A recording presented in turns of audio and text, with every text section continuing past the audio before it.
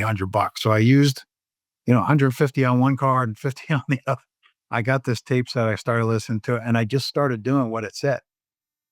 And then all of a sudden my sales turned around. Like I started doing very, very well. I got hired by a bigger company and then a bigger company and then a bigger company. And then finally I ended up um, at at a company called Penske, which was a division of GE Capital at the time. And I did very, very well there. I made a lot of money. I sold a lot of stuff. And welcome to the Founder's Journey podcast, where we unravel the life stories of unique and successful entrepreneurs. We will take a deep dive into their highs and lows and over-the-top accomplishments. So get ready for the Founder's Journey podcast with your host, Jimmy Dulambakis. Scott Miller, welcome to the Founder's Journey podcast. Thanks for being here. We're super excited to interview you today. How are you doing today? I'm doing great, Jimmy. Thanks. Appreciate the opportunity to share a little time with you and make some discoveries. Both of us will be able to figure a few things out, I think, at the end of our time. So I hope so. I hope so. This is going to be great. So Scott, you obviously have a big, great career. Your background, we'll dive in first with your childhood. Where'd you grow up? Where were you raised? yeah, so I was born in Bergen County, New Jersey. I think you must be from Jersey too, or at least that area, because we both say we both have that same accent a little bit, right? So A little bit. Well, we say things like that. Bergen. People that live in Bergen are really from New York, but yes. That's right. That's right. So yeah, I was born in Ridgewood, New Jersey, Bergen County, and I was raised in Westfield, which is kind of central New Jersey. And it was we were like a fish out of water in that town because it was an upper middle class town, and not that my father didn't make enough money to be in that environment, but he had a love of the bottle, and which greatly affected all of our lives actually, but mostly his.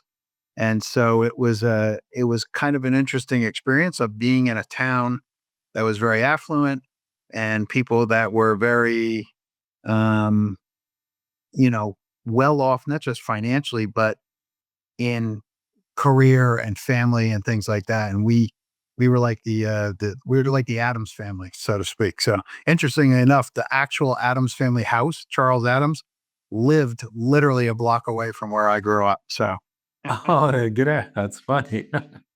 So tell me, do you have siblings? Like, what was the dynamic of the family?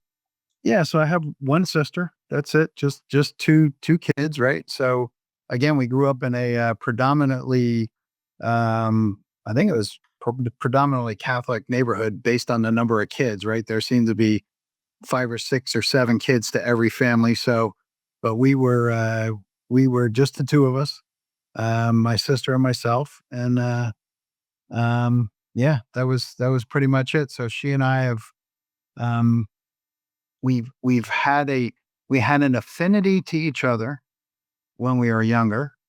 Then that affinity kind of broke, I'll call it, for a period of time in the middle. And now that we're, older, we're, we're that affinity is back, right? So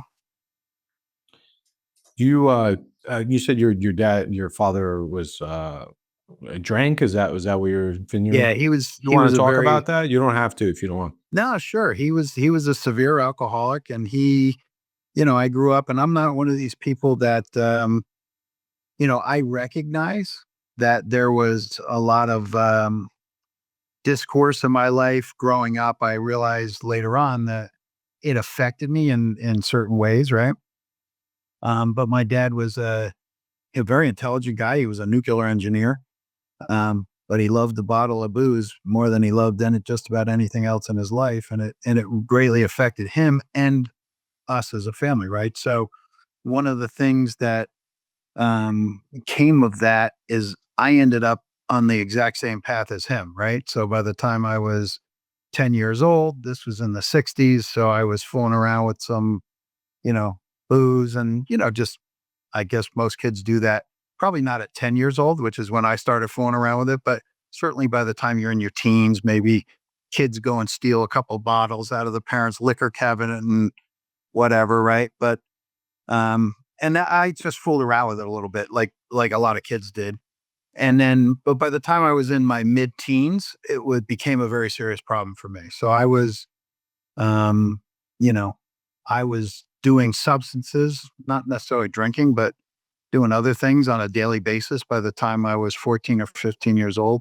And that continued until my late 20s. So I was um, 1985, maybe. I ended up living out on the streets. I was living in a 1976 Olds 98 and in the side streets of Irvington, New Jersey, which you're in that area. So, that's not Yeah. exactly the best neighborhood to be living in a car. So, um, yeah. And then, I got to the point where, and here's the thing about it, Jimmy, right? So when you get stuck in that world, you start to tell yourself things that are like, so, now after the fact, it's like, man, it's so bizarre, but I had a job, right? And so my thinking was that as long as I had a job, everything was okay, right? And so, I would shower there. They had a kind of a locker room that for the employees. So I would shower there and I would work all day. And then I would, drink and do drugs all night long and on the weekends. And it just progressively got worse and worse and worse until, you know, even when I was living in my car, I was still working there for a good amount of time. Right. And then, I got brought into an emergency room one night and, not in very good shape. And, after working on me for whatever it was, a little bit of time, I'm opening my eyes and this doctor's staring at me and he said, "You have no idea how lucky you are. Like there's zero chance when you came through the door here tonight that we thought that we'd be talking to you face to face." So, um, and I'd love to tell you that was the day that things turned around for me. It really didn't. I got out of there and I schlepped it off as being, well, I got out of another situation unscathed. I had car accidents and all kinds of stuff happened to me that I would walk away from these things thinking almost like I was invincible. It was kind of strange. And then a few weeks later, I was like, you know what? I got to the point where I'm like, I can't take this anymore. Like this has got to stop. So I went and got a fair amount of goods, and my intention was to be done with it, like to repeat what happened a few weeks before that, except this time don't come back, right? So next thing I know, I do everything. Somebody's knocking on my window of my car, and it's a guy that I had been doing into a drug rehab a couple years before, and him and my ex-wife were friends. She wasn't actually my ex-wife yet, but turned out to be my ex-wife. His wife and her were friends, and he was over at the house one night and they were talking and he's like, "Where's Scott?" And she's like, "I have no idea. Like, he's gone. Like he disappeared. He's living on the streets. He's got a bad problem." And I'm like, "Dude, how'd you find me here?" Like afterwards, I was like, "How did you know where to look?" And he said, "Well, I knew you were working in Hillside, which is kind of close by." And he said, "I heard that you were living on this." So he said, "I just started driving around and I saw your car and I came up and knocked on the window." He goes, "I looked in the window." He goes, "I thought you were dead. But after I banged on the window for a few minutes, all of a sudden, you woke up." And so he dropped me off at a drug rehab. And that was 40 years ago. And, I'm happy to say that from that day until this day, I've not had a drug or, or alcohol or cigarettes. Actually, I quit cigarettes at the same time. And it changed my life. Like when you've had that experience, and by the way, I didn't have one of these experiences where I went down some tunnel and I saw any bright lights or any of that kind of stuff. But I certainly had, for the first time in a many, many, many years, the obsession to drink and do drugs was completely gone. Like it was the buzz. It was actually bizarre to me because every day I would get up and I would have that compulsion, and that I'd run around, um, looking for ways to get my next fix. I had a $200 a day drug habit, and I'm drinking around the clock. So, um, but yeah, completely changed my life. It did, I say to people, like, it didn't actually change that day, but it actually did change that day. Like, everything changed that day. But of course, it took a little time before the, you know, effect of a different life kicked in, and my life took a different direction. So Wow, thank you so much for sharing that, Scott. Honestly, I know it's a personal matter, and thank you for sharing that because I think your story will help others as well, right? Especially others that are down and out or trying to figure it out. My question to you is when you were at 10 and you started drinking, were you drinking because you were mimicking your dad? Or did you just think it was cool? Like, what got you? And I know that you can explain this too. Like, alcohol, and then you start with pot, and pot can lead to other things, like there's gateways, right? Like, yeah, and then as you do more, you're like, oh, this is not working, I need to do more harder, and then you move on, right? I believe that's like yeah. the scale of it. So at 10, what's going on through your head? Like, why start drinking at 10? Was your father or So here's my theory about this. All these years later, right? 57 years later, my theory about it is, um, I don't think I was mimicking my father. I think what I was desperately trying to do was get attention from my father. no. Right. So I had always been a good student. I'd always been a good kid. I didn't really get any recognition for that. And I'm not one of these people that believe, and maybe some people on the podcast won't agree with my thinking on this, but I don't believe in trophies for everybody and everybody's a winner and all that kind of stuff. I just don't believe that. Right.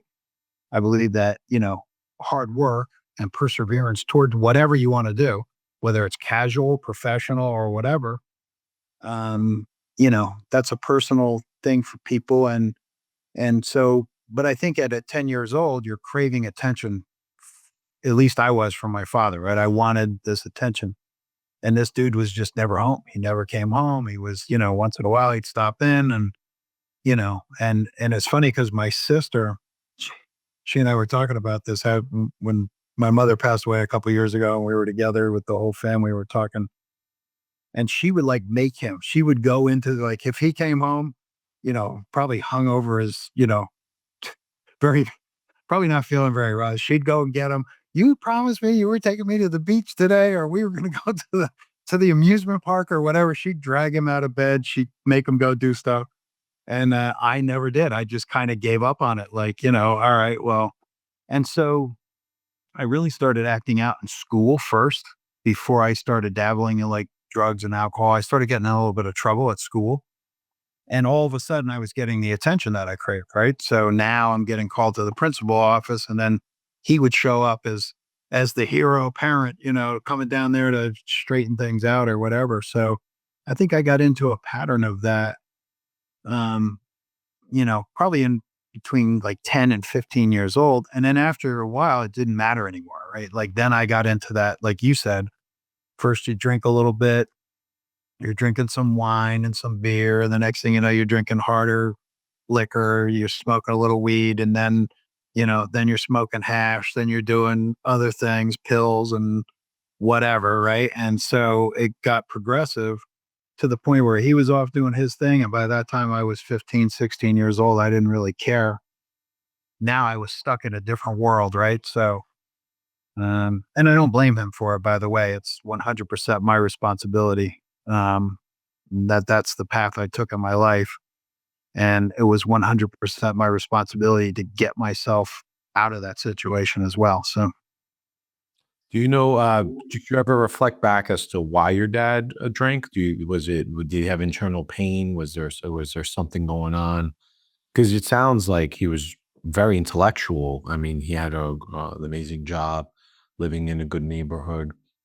You don't have to go into it if you don't want to, but I just always curious as to what it is the addiction, what's the core of the addiction and how it's driving the addiction. You know what I mean? yeah. I would suspect, my guess, Jimmy, would be that he had that same experience as a young man. So he was one of three kids. He was the youngest, had two older sisters, and then himself. My grandfather was an Episcopal priest, and so my dad, he was a trouble. He was younger, much younger than his sisters. I think his next older sister was probably I don't know, 7 or 8 years older. Mm. And same thing with my mom. My mom was 7 or 8 years younger than her next closest sibling, and probably they were surprise babies. The both of them. They were born in the middle of the Depression. You know, Probably not a whole lot of people were planning on having kids back then. You know, Yeah, it's a tough Obviously, plenty time. of people were born at that time, but Mm. so my guess is that they might have both been surprises, but I don't know that for a fact. But my dad, he was also doing. He was he wasn't a bad kid. He was just a mischievous, right? And so they ended up sending him off to boarding school, and so he went to a private school in Connecticut, and I think there he picked up that habit of booze, and then that's how he coped with um not being connected to other people. I don't think in a very the funny thing is the guy was very charismatic. He was very like people that met him when he was sober, they always like, oh yeah, he's funny, he's a nice guy. But then, you pour some booze down his throat and you never knew which it was total Jekyll and Hyde. You never knew. Was it funny man was coming home and passing out $20 bills, or was madman coming home and smacking people around? Like you just didn't know which guy was coming through the door. So I don't think he knew which guy was coming through the door either, to be honest with you. Yep. Um, so I think, my guess is probably the same type of thing as maybe what I was experiencing, obviously many years earlier. But a disconnect, somewhere he's disconnected from, his parents and his family. His got sent away to boarding school. His sisters didn't. His sisters went to school in town and, in Ridgewood. And so, yeah, that would be my only guess. I don't really know. I know at the end of his life, he was trying to reconcile that, and he kept asking me, did I think he was an alcoholic? And I said, Dad, I can't tell you that. Like, I'm not trying to be mean or I'm not trying to torture you or anything, but you're the only person that can answer that question. I can't answer that question.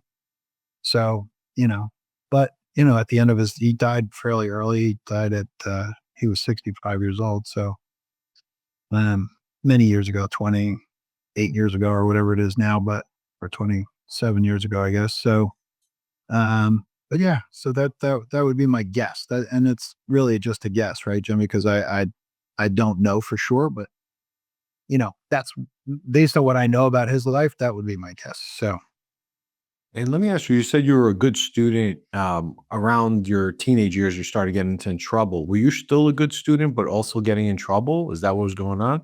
Or did you no, just, that switch happened very quickly. you were So like, forget it? yeah, sixth grade, fifth or sixth grade, I started hanging around with a different crowd.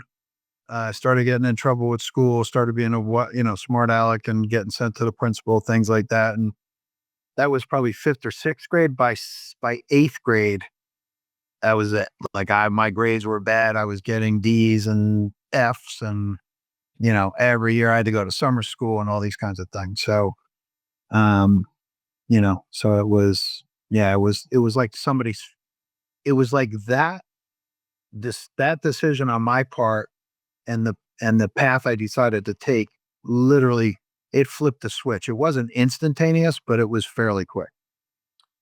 And how was high school? What happened? The same thing. It was the same trajectory. Yeah, high school, I was, what they referred to back in the '70s as a pothead. Like, oh, he's a pothead. I had super long hair. Actually, I have long hair now too. But once I retired from the corporate world, I was like, I'm going to do what I want. So, um, but yeah, so it was more of the same. It was hanging around with the other potheads and drinking beer and smoking weed and partying on the weekends and not getting very good grades and skipping a lot of classes. And, I finally got, I didn't technically get thrown out of school. I technically, I guess, quit. I just stopped showing up one day. in my senior year. And at that time, my father had moved out to Illinois. He was moving around for these nuclear power plants that he was working on. And I guess my mom called him up and said, "You got to do something with this kid. Like he's got to get squared away." So he came home to New Jersey, grabbed me by the scruff of my neck. He said, "You're moving to Illinois and you're going to get your high school diploma. I don't care what you do after that, but that's what you're going to do." So I packed my stuff. I moved to Illinois and I only needed a few credits, right? Because the school in New Jersey, I had already taken almost all the classes that I needed to graduate from the school in Illinois. And so I went for one semester and I literally took, I think I took a math class, a science class, and then everything else was, I took a shop, like 2 or 3 shop classes. I took bowling and, and golf, golf. Like that was my whole day was literally like, 2 classes and then play the rest of the day or go to shop. So I don't even know if they have shop classes anymore in school, but Well, it's they did interesting you back brought it then. up. They at least in New York, they were taking out. I had shop, electric, metal, Yep. jewelry. Those classes, transportation. They explained to us how things should transport across the country. Uh, they were taking a lot of that away, or I think there was much interest. And now I'm hearing, I'm not sure, but I'm hearing that a lot of that curriculum is being put back in to the school system. Like they just didn't have a shop. Right. And maybe there wasn't people that wanted to teach it or whatnot. I'm sure every area is different, but I'm glad they're bringing it back because I learned a lot. It's not just working with your hands; it's just understanding what makes something aerodynamic or how metals are molded and chipped away and how wood works. Like it's just really it's fascinating stuff, and Yeah. I'm very grateful that I was able to take it. So you take these classes, you graduate, so you basically get your high school diploma because of this one semester where you took like a bunch of Yep. classes. Yep. Okay. I took a bunch of classes. I was only there till December and then I graduated, right? And so then I moved from Illinois back to New Jersey. And then I started, I got married. I was, should never have gotten married. I met some girl at a bar and my mother wanted me to get out of the house. So I thought the next best step would be, I guess, go down, go down to the bar and find some poor unsuspecting soul that I could move in with. So I got married. That didn't last very long. That lasted only a couple years, and then she had had enough. She put a restraining on order on me, and that's when I left the house. And I decided living in a car would be a good idea. I'm going to save money, is what I was thinking. So Yeah. um, yeah, And so now this friend that brought you to rehab, right? So I believe from what I'm hearing, I wasn't there, right? It's your story, but it seemed like there was maybe subconsciously there were events happening that you were kind of like, "Well, this is a little much." You get put into the ER where you barely survived, right? And you were able to walk away, and still you're like, "Oh, that's fine. Like I can go back out there." But then this person shows up, and my question to you is, do you believe, like, do you have faith? Like, do you believe that like God saved you multiple times so that you would live this path? Like, I know that there was much suffering going on, but do you believe in that? I don't know if you're a spiritual person like that. 100%. So um, because I had things happen to me when I was drunk or when I was stoned that one time I was on a camping trip down in Maryland somewhere. I decided to jump off a railroad bridge with all my clothes on and and big work boots. And I was going to swim from one side of the river to the other side of the river. And of course, within a couple of minutes, the clothing was so heavy that, I was literally drowning. And I thought I was going to die. Like I'm going under the water. And all of a sudden, this boat shows up out of nowhere. I never saw the boat coming. I never heard the motor. And all of a sudden, this boat shows up, and these people pull me out of the water and bring me over to the shore and drop me off where my friends were. And everybody was like, "Matt, are you okay? What happened?" And I was like, I don't know. I couldn't swim. And I'm like, "Where'd the boat come from?" And they were like, "Oh, well, they were driving around." So they saw them. I never saw them. Right. Mm. So I don't think it was some kind of mystical thing that appeared out of nowhere, but I certainly never saw them. Um, and then I had another time a few years, well, maybe right around that time, where I was in a very serious car accident, ran into a tree head on at like 70 miles an hour. Whoa. And myself and the other guy in the car, it literally took the fire department like an hour to get us out of the car. Right. So, but I literally walked away from that without a screw, like bumps and bruises. But other than that, I pretended like I was hurt. So they would take me to the hospital. Because back in those days, they wouldn't follow you to the hospital and get a blood test or anything like that. They would just, that was it. If you went to the hospital, you know, you were, you were considered given a free pass, I suppose. Right. So, um, and then I had a time where I had a motorcycle accident when I was under the influence, and I was pretty severely injured in that accident. But any one of those things, actually, what I was doing on a daily basis, plus any of those things, probably could have taken my life at any moment. And then the night where I decided that I'm checking out, I said the very first really honest prayer that I'd ever said in my life, which was, "God, please help me." And I thought the answer to that prayer would be, it would be over. Like I'd do all this stuff, I'd overdose, and I'm out. Right. Yeah, like you wanted the suffering to stop, right? Yeah, I just wanted it to stop. Like I couldn't stand it anymore. It was this merry-go-round that just doesn't stop and you can't get off. Um, so anyways, that was my first really honest prayer I think I ever said in my life. And referencing back to what I mentioned to you before, after that day, the obsession to drink or do drugs was completely gone. Never returned, ever. That's So I amazing. never had That's any, yeah, I never had any of this thing like a lot of drug addicts or alcoholics have where they're jonesing for the drink or the drugs, or they're having, all kinds of problems. I did have a little issue detoxing, but like I never had the urge after that, never had the compulsion ever again from that day till this day. that's And amazing.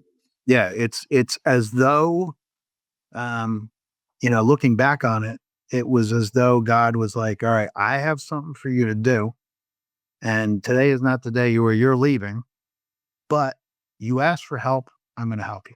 And the help was the obsession was gone. So, So now you go into rehab, you come out. mhm. What's the next what's part 2 of your life now? Where do you go from there? So from there, I started going to 12-step meetings. I still had no place to live. I think I got out of the rehab on a Monday or a Tuesday. I slept in my car for the whole week. I went back to my job. I said, "Hey, can I have my job back?" They were like, "Yeah, where you been? Where you been for the last 6 weeks?" So I was, they gave me my job back. I started working at this place, and then I went to an AA meeting, right, on a Saturday night at this church, Oh, and I never would raise my hand. I never say anything. I kind of sat in the back. I didn't really want people to see me there, whatever. And then at the very end of the meeting, they said, "Does anybody have a burning desire? Does anybody have a problem that they really need help with?" And I don't know what compelled me to do so, but I raised my hand and they called on me and I said, "I don't have any place to live. If anybody can help, that would be great." And the pastor of the church happened to be at the meeting. He was not an alcoholic. He's not, but he was, the meeting was at the church, and he was fascinated by helping, people with addiction. He came over to me after the meeting. He gave me a key to his house, and he said, "You're going to live here with me and my wife until you get yourself squared away." And I said to him, his name was John. I said, "John, do you have any idea what I've been doing? Like, do you have any idea the things I've been doing? And, I'm not like a good person. He said, "Nope, you're a very good person. You just need somebody to give you a break." So I moved in. I went out to my car it was parked outside, right? Got all my stuff, went in the house, and I lived there for about 6 months, about 6 or 7 months. I lived with them. Guy's name was John and his wife was June. And they were great. They never let me, I tried to pay them for food and rent. And they said, nope, you save your money, you get yourself, squared away. And when you're ready, you go find a place and you move on. So I lived with them for about 7 months, 6, 7 months. And then I went and got a place. I rented it was somebody who owned a house. Maybe it was the 1986 version of Airbnb, right? A landlord who owned the house, but he rented out the separate bedrooms. Mm. So where these three other people lived in the house, and I lived there, and I lived there for a couple of years, and then not a couple of years, yeah, about a year and a half, and then one of the guys I knew from the recovery, you know, community, he's like, hey, let's get an apartment. So then I moved to West Orange and lived there for several years. Um, yeah, that was what got me heading in a different direction, I'll call it. So, And then you became, so when did you start your, like, I know you got into your career, when did you start building that? What age were you there? yeah. So before this, all of this, you know, happenings in my life, I'm going to horrify your audience right now and tell you that I drove a tractor trailer for a living. I literally drove across the United States of America stoned and drunk half of the time. So driving down the highway with a truck that weighed 80,000 pounds. By the grace of God, I never ran anybody over or killed anybody or had an accident or anything like that. So, um, but then I realized I couldn't do that anymore because that's, it's you're isolated too much. Like I needed to be around people that had a common goal. So I left that job and I was a driver for, I was a Teamster driver local, doing what they call pedal runs. And so I was doing that. And one day I was driving down the street. Oh, I met this woman and she turned me on to like personal development stuff. So she was like, gave me a book um, by Tony Robbins called Awaken the Giant Within. Right. I read that She one. gave me, Yeah. remember that book? So she Yeah. gave me that book. And then she was listening to these tapes that she was buying from Nightingale Conant, right? These cassette tapes. And she's like, you got to listen to these tapes. They'll change your life. So I'm like, okay, cool. So I go and buy a little cassette player and I started buying these tapes. They would come in a set of 6 or 8 usually. And I think they were $39 or something like that. Back then that was a lot of money for me, but so I started investing in these tapes. And I strapped the tape player to the seat in the truck, and I'd be listening to this while I'm driving around Brooklyn doing deliveries and whatever. And then one day I was like, I shouldn't be doing this. Like, this is nothing wrong with being a truck driver. I did it for a Wanted long something time. else. Yeah, but I was like, this is not what I'm supposed to be doing. Like, I know that for a fact. So I drove back to the shop one night and I went and saw the shop steward and I said, I'm out. I quit. Here's my 2 weeks notice. I'm leaving. And his name was, what was that guy's name? Bobby Castellone. And he says to me, he's like, nobody quits this job.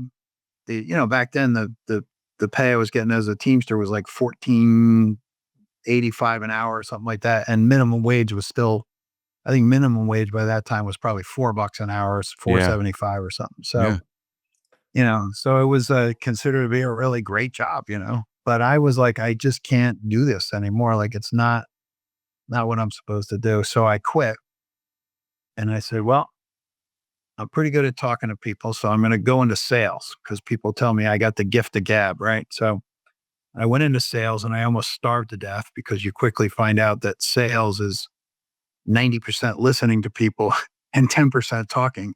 And I was doing the opposite. I was talking 90% of the time and listening 10% of the time. So, but I started studying these tape sets and these different, Zig Ziglar and Tom Hopkins and all these old time trainers, motivational guys and sales guys. And Did you ever listen to Jim Rohn? Oh yeah, Jim Rohn. Well, he's Actually, the Jim Rohn wrote a program that called "The Day Your Life Turned Around," which I could identify with very, very strongly. Like, there's an absolute moment in my life where everything changed, and it was that day that we've already talked about. So, yeah, Jim Rohn and Tony Alessandra and Jim Cathcart and all the old time guys, right? Les Brown, all these guys. So, um, Tony Robbins. So I started listening to these things, and I'm like, and then I went to a seminar with Tom Hopkins, and he was selling a program. I want to say it was $195. It was more money than I could imagine in my life at that time, right? So, but I was like, all right, I think I had two credit cards that added up to like $300. So I used, 150 on one card and 50 on the other. I got this tape set. I started listening to it, and I just started doing what it said.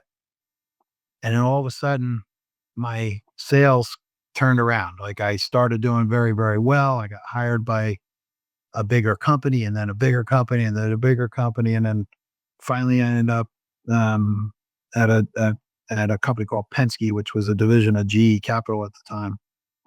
And I did very, very well there. I made a lot of money. I sold a lot of stuff, and it really changed my, um, I shared with you earlier before we started that I had a trucking company that I built up to about $6 million in revenue a year. I sold that. Um, so it just, it changed my life. Like well, it you actually literally, never you didn't talk about the trucking business. Well, I mean, when did you get into? You just skipped yeah, over yeah, that. yeah. Well, so I was driving a truck, and then I got into sales. And one of the things I started doing was selling trucks, right? I was selling Peterbilt trucks. And then one of the other sales guys there, he's like, hey, I know this little trucking company for sale. Do you want to go in on it and let's buy it and build it up? So I was like, yeah, all right, let's do that. So And did you we put bought this. money in, or did he put the money in, or did you do like seller? How did you buy it? Yeah. So he put in the majority of the money. I did put in some money. And then probably about a 75-25 split with the idea. He was older than me. So, um, the idea back then was, hey, sweat equity. You'll work, well, you'll do some of the more intense stuff than I will, meaning him. And so we took that business, was only a couple $100,000. We built that up to about $6 million. And then we sold it in 1995, I think it was. So by that time, I already had a couple of kids. Well, I had one, and then one that was literally just born when I got out of that business. And then that's when I went into basically the leasing business, like leasing large truck fleets. And that's And when you worked under the GE brand. correct. Okay. So yeah, And so I did and you very, very worked your well way there. up. You worked your Hmm. way up in that business, and then what happened Yep. there? So then I left that business, and I went into selling what's called terminal tractors, which are little one man cabs. They're they use them in distribution centers, trucking, depots, rail yards, ports, places like that. So it's a little one man cab that moves trailers around at a high rate of speed, right? So they back under the trailer, and it actually lifts the trailer off the ground instead of having to get out and crank up the landing gear and hook everything up. So you just lift it up in the air, move it to wherever they want to move it. And so I started selling those things. And I guess that was around 2003, maybe. And I did very well at that. So I moved up from a sales guy to a director role to a VP role. Then I moved on to another company. I did very well there.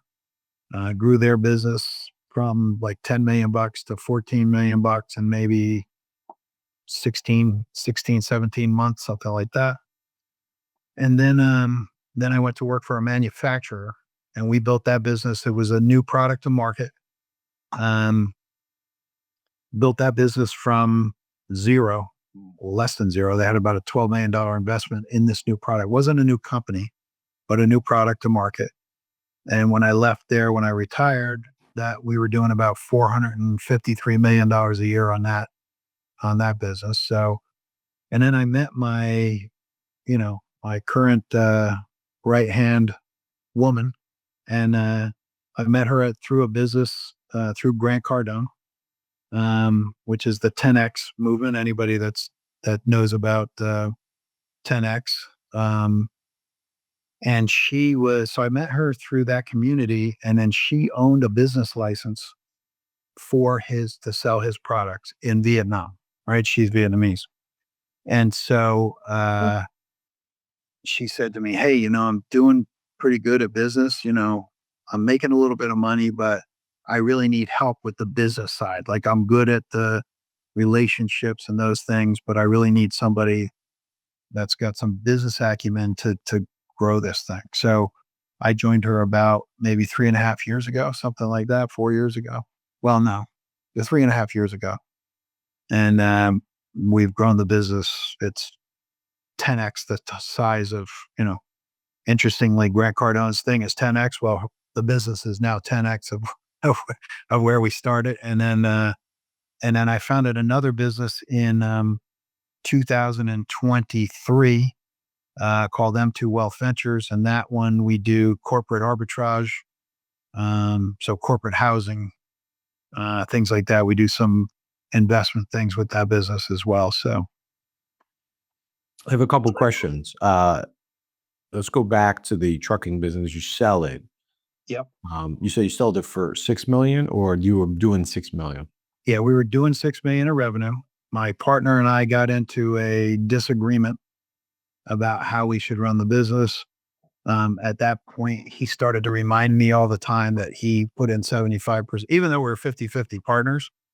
He would constantly remind me, "Hey, I put in 75%, blah, blah, blah." And I was finally one day like, I got to go. So, so I sold my interest to somebody else, and I basically got my money back. Plus, I had, made a pretty good income. We were in business for about 6 years. So from 1989 to 1995, he continued on after that, but I sold my interest to somebody else. And then that was it. So So let me ask you this. So there was a dispute, and then you ended up when you left. What was going on in your mind? You just had a second kid. You wanted stability. That's why you went back into sales, like working with companies, or or you just didn't want to deal with the entrepreneurship side. Like you got burnt out. Like what happened? I don't think I was burnt out, to be honest with you, Jimmy. I think that it was the second kid showed up, right? It wasn't a surprise. But the second kid showed up right almost at that exact time that I was breaking up in this business. And I was like, I got to have benefits for these people. I've got to have a steady job. I've got to have a steady paycheck, is really what I was thinking about.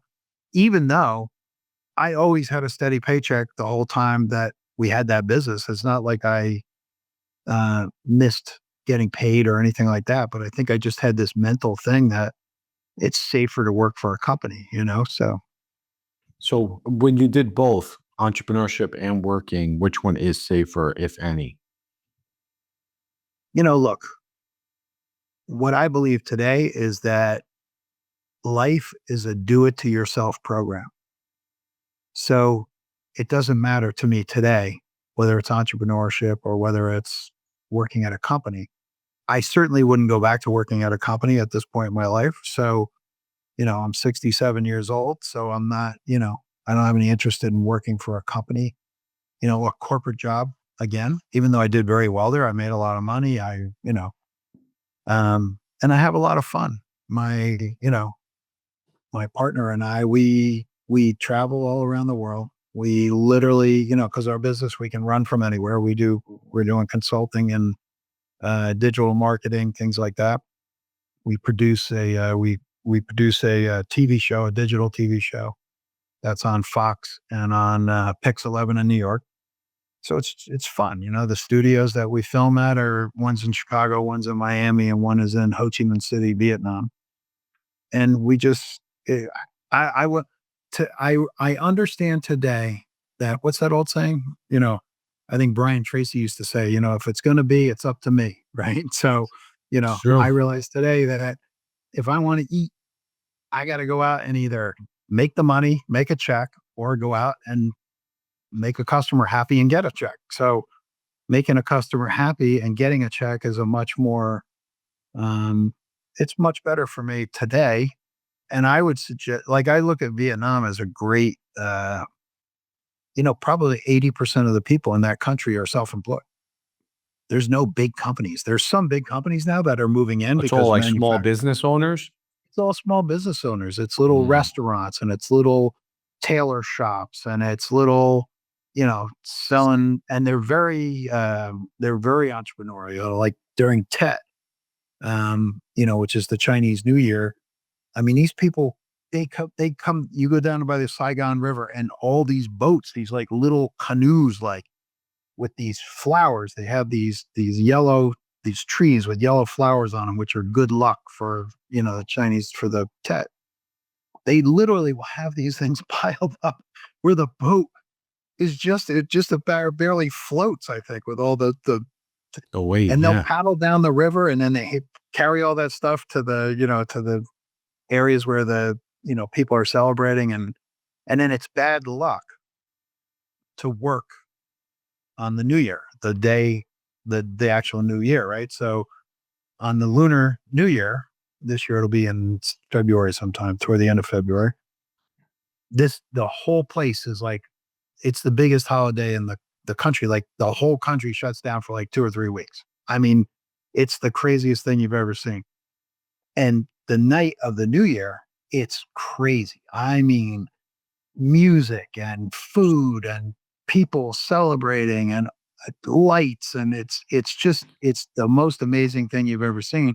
And you go to bed and you wake up in the morning and it's like the apocalypse. It's like nothing ever happened because they consider it to be bad luck to work on the New Year after the celebration. So literally, like right before midnight, they clean everything out, and it's literally like the apocalypse. You go outside, you're like, what happened? Where'd everybody go? Where's all the tents? Where's all the They pack up. plants? Where's all the stuff? Like it literally disappears overnight. It's the craziest thing you've ever seen. So, but it's super fun, and so we're usually there. We'll go this year in January. We'll leave in January. We'll come back end of April. So we'll be there for Tet, and yeah, it's I, fun. I have a question on the business. You said you were doing corporate housing. Is that Yep. right? What does that mean? Are you finding housing for corporations that people are moving, like they're moving to a city and they need housing, or like do you work with hospitals? Like what is it? What is that? All of that. So we do what's called midterm rentals, right? So we work with insurance companies, we work with placement companies, we work with relocation companies. So if an executive is moving into town for a new job, they're not going to go stay at the Motel 6. They want to stay in a home while they're looking to purchase something in the area or whatever. So we'll rent to them on a long-term basis, right? On a midterm basis, not a long-term. It's not a Like a it's not a six long-term month. lease. 3 to 6 months is typically how long usually the rentals are. Um, during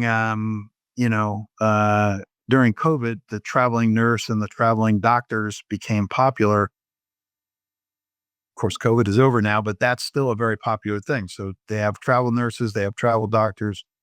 So we try to position these homes that we have near. We want to be near highways, hospitals, and universities. That's where we want to be, and any corporate headquarters. Do you So I have a yeah, question? Do you own the properties or do you sublease the properties? we do not. So that's why it's arbitrage, right? So we lease the property we usually do a 2-year lease, and then we rent for 2 to 3 times the rent that we pay to the midterm renters. I see. And so, if your house burns down, the insurance company will put you in a home for a while. They rebuild your home. Or if you're an executive moving to a new area, um, they'll put you up in a regular home as opposed to a hotel or apartment or whatever. So I have a question. Like, I have a lot of questions. I'm interested in this. Now, does the request come in and then you go find the location, or do you just have these locations already set up? Or both? No, so we go find the location. We belong to a network that, we work with each other to identify the ideal location, and then we'll lease the property, and then we'll get people in as tenants. So we furnish it, Oh, we'll either yeah, that was buy my next furniture. question, if Yeah. you furnish it. Yeah, okay. Yeah.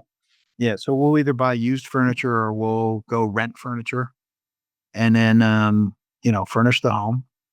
And yeah.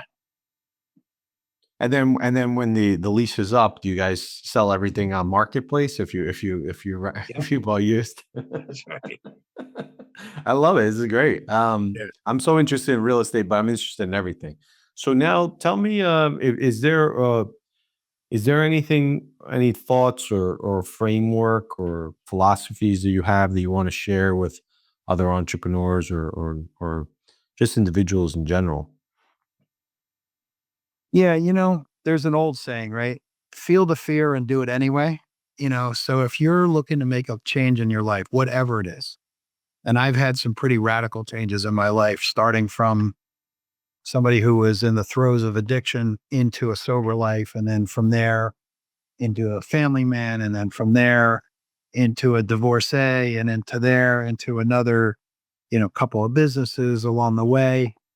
And, you know, it's natural to feel fear when you're up against a change, right? Um, and so when you feel fear, that the acronym that people use all the time is false emotion appearing real, right? So it's really, I think it was Mark Twain said that, you know, 95% of all the things that you're afraid of never come true anyway, right? Yeah, So, sure. you know, they're really just boogeymen. Um, it's funny, I was on a podcast with a mutual friend of ours, and we actually talked about that, and I compared doubt to fear, right? So doubt is a different thing, right? It's doubt is a boogeyman.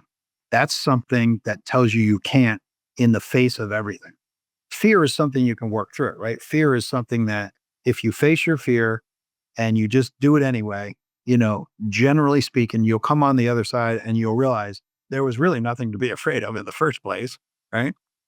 But doubt is that thing that gets in your mind. It's that little disease. It's a little, it's a cancer that eats away at your confidence and at your belief and at your enthusiasm, right? The the root for enthusiasm, right? The is the Greek word entheos, which means with God, right? So if you're enthusiastic, that means you're with God, whatever that means to whomever, right? But there's a spirit there that will carry you through, right?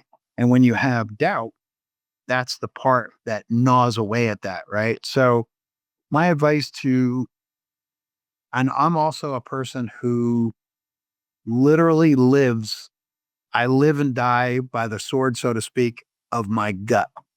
I go by my gut feelings all the time. And, my other half, she's like, we'll get on the other side of something. She'll be like, how did you know to make that decision? And I'll be like, it was just I just knew in my gut that's what we're supposed to do. And so when you're not afraid, or when you're willing to step through the fear, you could still be afraid. But if you're willing to step through that, when you know something is the right thing for you, or somebody else for that matter, it could be a loved one, it could be a neighbor, that it could be a friend you care about, whatever. When you know a situation is the right thing, then just do it. So if you're sitting there today listening to this or listening to other things about going into business or being an entrepreneur, or, I think most people would love to work for themselves. Um, but there's two things that hold them back. The first one is the fear. Well, what will happen when I don't have a regular paycheck, so to speak, right? That's the first thing that holds them back. And then the second thing that holds them back is the exact same thing, is the comfort of the paycheck, right? Like I'm in the comfort zone. And in my opinion, the comfort zone is the absolute single worst place that you can live in your entire life. Being comfortable. I've lived in beautiful homes and driven around in beautiful cars and been on beautiful trips and all these kinds of things.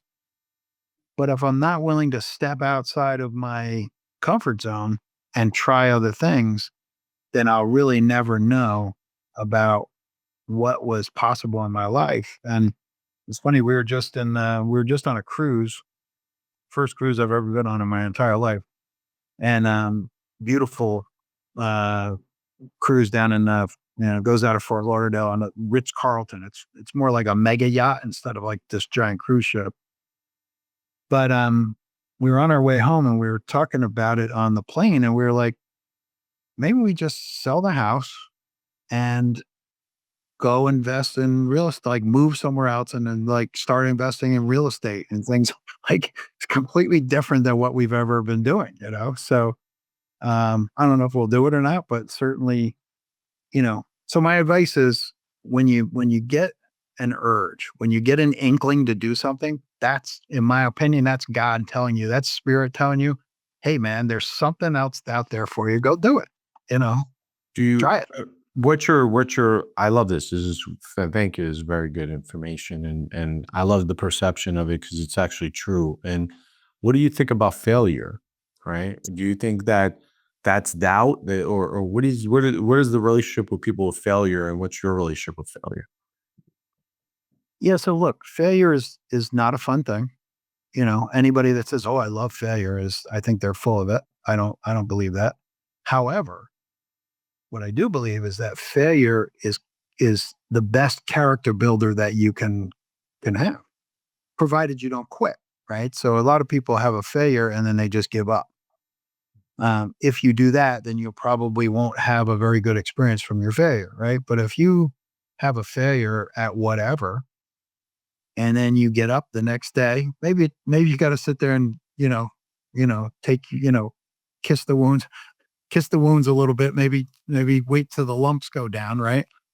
But after that period of time, which shouldn't be a very long period of time, it's time to get back on the horse and ride off and to go do the next adventure. Because, look, I've been divorced twice. One time I never should have got married when I was a young guy that we talked about. Then I was married for a long time. I was married for 27 years. And then I got divorced and I didn't come out of there bitter like she was some kind of evil person or any of these kinds of things. I was like, hey, this didn't work. It was certainly my responsibility as well as it was hers. What can I learn from that experience? And what would I do differently? And then I spent, I don't know, the next 2 or 3 years by myself, figuring those things out, working on a business and perfecting my craft professionally. And then, as if by magic, I meet the now love of my life. Right. So, um, and it's just a different chapter. You know, I'm going to live to be 125 years old. I know that for a fact. And so I'm just a little bit past the 50-yard line right now. Right. Um, so I got a long way to go. I got a lot of things to do. I'm pretty sure I'll have 2 or 3 more businesses, maybe a couple more careers. I don't I don't know. I just know I get up in so the thing about failure is, yeah, it stings when you fail at something, right? It can be embarrassing, it can be humiliating if you made a mistake, especially, right? So um but once you get over that, which you have to get over it, and then you find the impetus to do something else, then you learn from the failure. Take what because you learn a hell of a lot more from failure than you do from success. Yeah, Here's I the agree. thing that here's the bad part about success, right? So for several years, I was making a lot of money, make very good money, what people consider very good money, hundreds and hundreds of thousands of dollars a year, right? But then you start to live in the past, right? You start talking about stuff that happened in 1998. It's 2025. Like that doesn't matter. It doesn't matter how much money I made back in 1998. Doesn't matter how much money I made back in 2018. None of that stuff matters. It doesn't mean anything. And what happens is a lot of people, when they have success, is they start to, what's the old saying, right? You rest on your laurels. You start talking about stuff that used to be.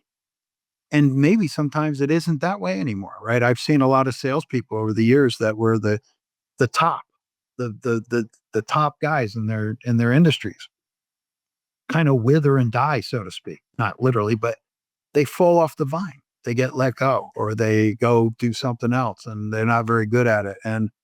But if you to ask them, they're still telling you about the big deal they did in 2008. Oh, I did this great big deal. It's $3 million and I made this and that. Dude, it's 2025. Kind of Like none sounds of like that.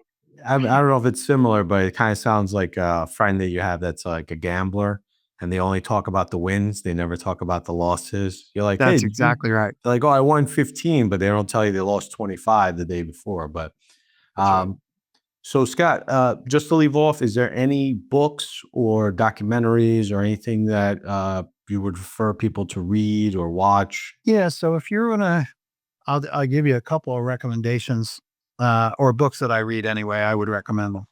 Um, from a business standpoint, um, I would get the book "Sell or Be Sold" by Grant Cardone.